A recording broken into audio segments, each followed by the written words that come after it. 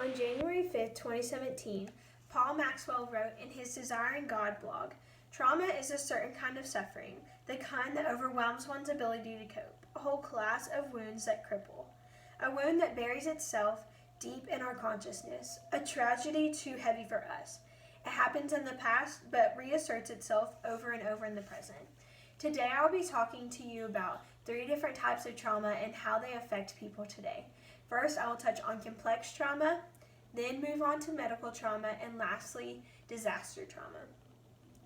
Moving on from there, first is complex trauma. Complex trauma is when someone experiences multiple traumatic events. This could be domestic violence, substance abuse, sexual abuse, neglect, maybe an awful divorce in the home. It's mostly a diagnosis made in children because it's an environment that they grow up in, causing them to experience it multiple times. According to the National Child Traumatic Stress Network, it could cause them to have trouble relaying their emotions. It says that a child may internalize their emotion about it, which could lead to depression, or they may externalize their emotion about it, which could lead to them having fits of anger or explosions out in public triggered by little things. Forming relationships could also become a problem. Matthew Pompous wrote in his ACEs Connection blog that people tend to struggle maintaining their relationships out of fear of others hurting them. This is an understandable worry. It could also cause health issues. Nadine Burke Harris did a TED Med talk in September of 2014.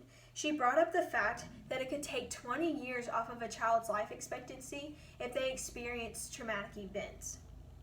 Also, she looked at the population and found that 1 in 8 people have more than 4 ACEs. An ACE is an adverse childhood experience. She looked at the bigger picture and found that 67% of the population has had at least 1 ACE in their lifetime. As one can see, complex trauma is way more common than ever thought, and there's no need to be ashamed or feel alone.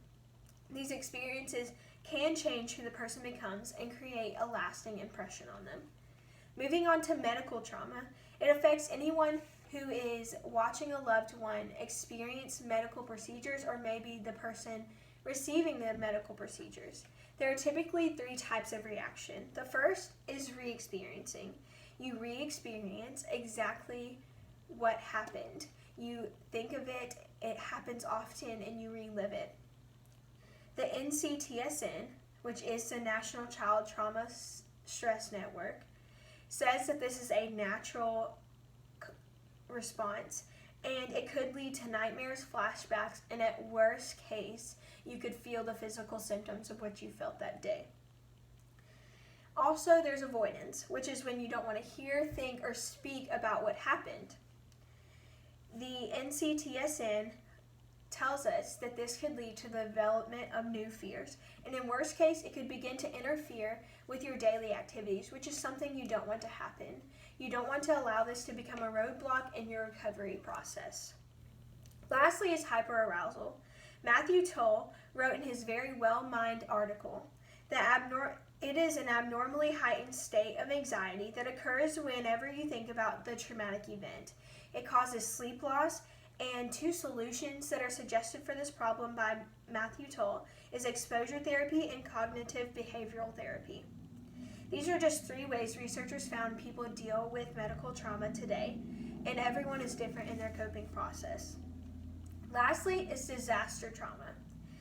This may include earthquakes, floods, hurricanes, landslides, anything you could think of that is a natural disaster. People have to start over. It often leaves populations distraught over what they have lost and what they now need to rebuild.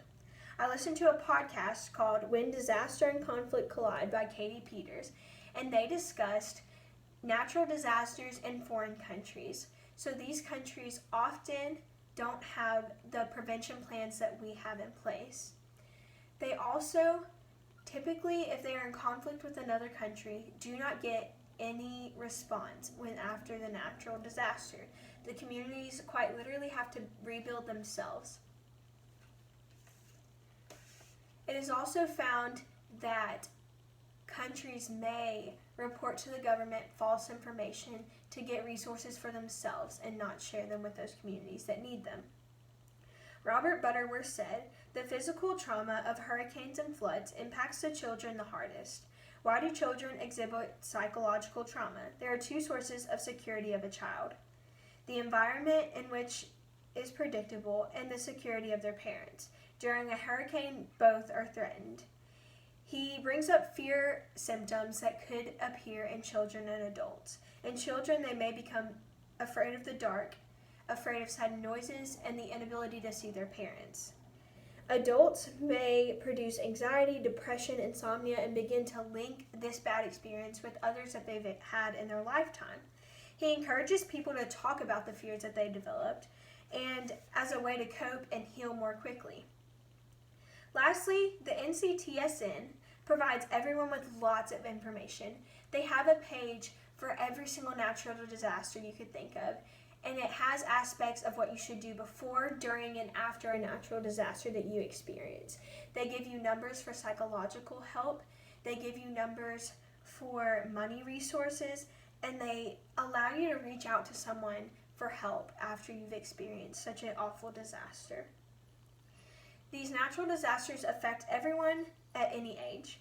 The stability that they used to have in the community that they were once living in. There are so many resources to help, and people truly want to see everyone get back on their feet mentally and physically. To conclude, I've talked about complex trauma, medical trauma, and disaster trauma, and I hope I was able to inform you on 3 prevalent forms of trauma and how people are dealing with them in today's society. I encourage you to reach out to those you love and make sure they're doing well. Listen to their experiences that they may have had in their lifetime, because it is a common thing. I would like to thank you for listening.